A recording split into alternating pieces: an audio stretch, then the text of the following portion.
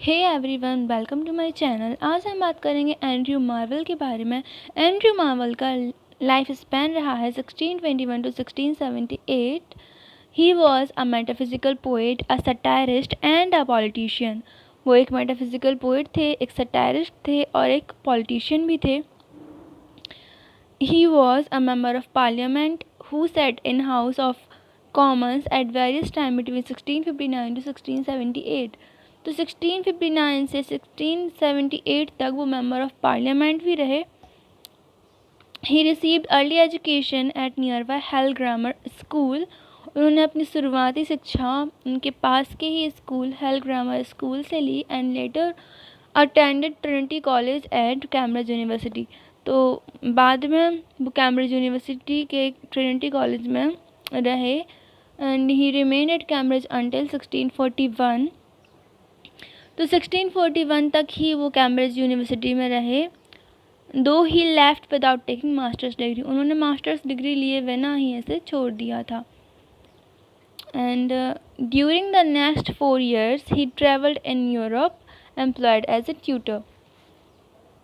अगले 4 साल तक वो यूरोप में ट्रैवल किया उन्होंने एंड एक ट्यूटर की तरह एम्प्लॉयड रहे। And he was tutor to Mary Fairfax. ये बहुत इंपॉर्टेंट है कि वो किसके ट्यूटर रहे, मैरी फेयरफॉक्स के। इनके बाद भी उन्होंने और लोगों को पढ़ाया, बट मैरी फेयरफॉक्स इसलिए इम्पॉर्टेंट है क्योंकि ये जो मैरी फेयरफॉक्स हैं ये डॉटर थी किसकी, commander in chief sir Thomas Firefox की। तो मैरी फेयरफैक्स थॉमस फेयरफैक्स की डॉटर थी जो कि कमांडर इन चीफ थे।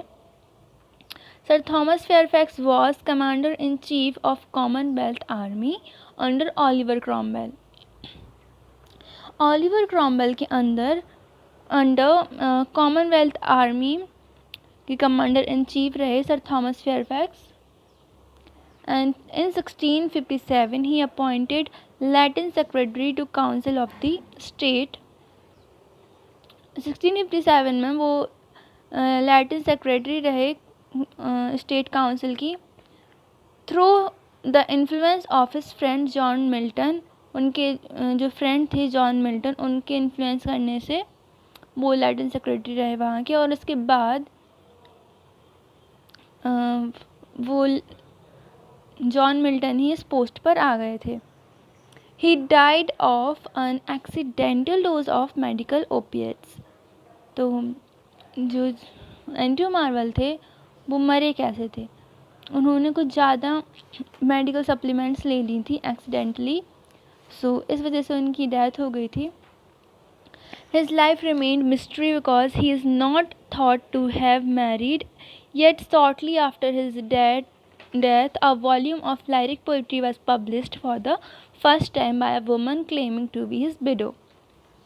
तो उनकी लाइफ एक मिस्ट्री रही है क्योंकि उनकी शादी का विचार कहीं पर भी नहीं मिला था और उनके मरने के कुछ ही समय बाद एक वॉल्यूम रिलीज़ हुआ लाइरिक पोइट्री का जो कि फर्स्ट टाइम पब्लिश हुआ था एक वुमन के द्वारा जो क्लेम कर रही थी कि वो उनकी विडो हैं। तो मिस्ट्री इज़ दैट कि जब एंड्रयू मार्वेल की शादी ही नहीं हुई थी, उनका शादी का कोई साक्ष्य नहीं मिला है अभी तक, तो उनकी विडो कहाँ से आ गई। तो इस वजह से उनकी लाइफ मिस्ट्री है, तो कोई पता ही नहीं लगा पाया उनकी शादी रियल में हुई थी या नहीं हुई थी। उनकी कुछ पोएम्स के बारे में बात कर लेते हैं। तो उनकी कुछ पोएम्स हैं। एक उनका वर्क है a dialogue between the resolved soul and created pleasure. And जो सेकंड है वो है a dialogue between the soul and the body. ये जो है सेकंड, इसमें ये ज़रूर कई जगह आपको पूछा जाएगा dialogue between the soul and the body. ये वाला जो है ये शायद आपको ज़्यादा देखने के लिए नहीं मिलेगा। और अंतर सिर्फ इतना ही है, जो इनका ये पहला वाला जो वर्क है उसमें उन्होंने कहा है a dialogue between the resolved soul and created pleasure, और इसमें है the soul and the body.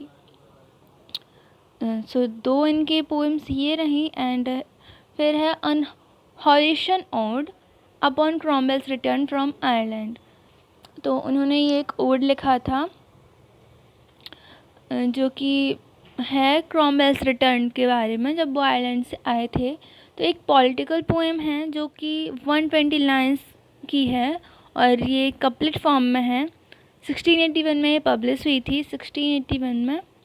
And ये रिफ्लेक्ट करती है ओलिवर क्रॉमवेल के वर्च्यूज़ को, जैसा कि इसके नाम में ही पता चल रहा है, upon Cromwell's return from Ireland. तो ओलिवर क्रॉमवेल की वर्च्यूज़ को ये रिफ्लेक्ट करती है।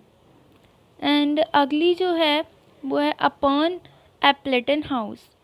तो ये पब्लिश हुई थी 1651 में। ये भी एक पॉलिटिकल पोएम है और ये कब उन्होंने लिखी थी, एंड्रयू मार्वेल ने, when he was working as a tutor for Fairfax daughter, sorry यहाँ पे फेयरफॉक्स है। तो जो फेयरफॉक्स हैं उनकी डॉटर मैरी फेयरफॉक्स की जब पढ़ा रहे थे एंड्रयू मार्वेल, उनके ट्यूटर थे, तब उन्होंने ये लिखी थी। And the second one is the rehearsal transposed. तो एक सटायर है अगेंस्ट रिलीजियस इंटॉलरेंस। तो रिलीजियस इंटॉलरेंस के अगेंस्ट एक सटायर है जो कि पब्लिश हुआ था 1672 में। एंड बाकी जो कुछ इम्पॉर्टेंट उनकी वर्क्स हैं वो हैं to his coy mistress, the garden, on the drop of dew, the coronet, Bermudas, eyes and tears, the definition of love, the mower song. इनमें से जो बहुत इम्पॉर्टेंट है, जिनको आपको अलग से भी एक बार पढ़ लेना चाहिए, जो बहुत इंटरेस्टिंग भी हैं, वो है टू हिज कोई मिस्ट्रेस। ये आपको हर जगह पूछा जाएगा, to his coy mistress. And the garden भी पूछ सकते हैं, बट ये सबसे ज़्यादा इम्पॉर्टेंट है, to his coy mistress. And फिर है on the drop of dew. And Bermudas is also very very important. And that's it. इतनी ही इनकी जो है ना, इनकी जो जितनी भी इम्पोर्टेंट वर्क्स हैं वो सारे कवर अप किए हैं इस वीडियो में।